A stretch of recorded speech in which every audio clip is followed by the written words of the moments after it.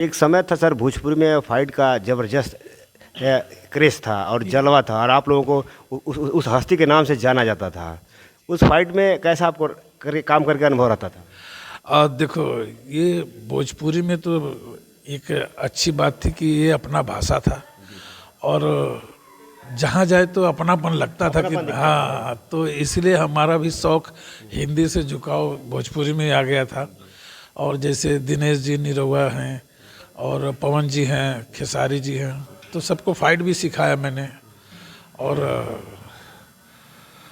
सबके साथ इतना बिजी हो गया कि मुझे दूसरे जगह देखा ही नहीं पलट के। और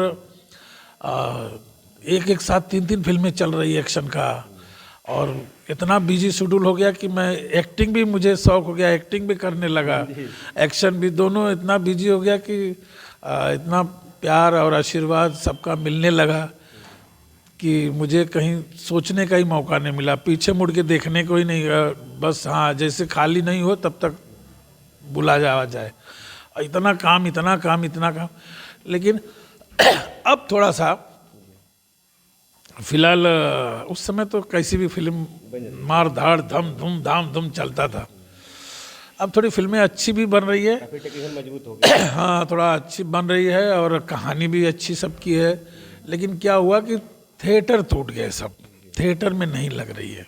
और अभी हो गया चैनल पे सब हो गया, तो बजट भी कम हो गया और वैसा धाड़ माड़ जो उतनी महंगी फिल्में भी नहीं बन रही है, तो इसलिए सब थोड़ा सा सिमट गया।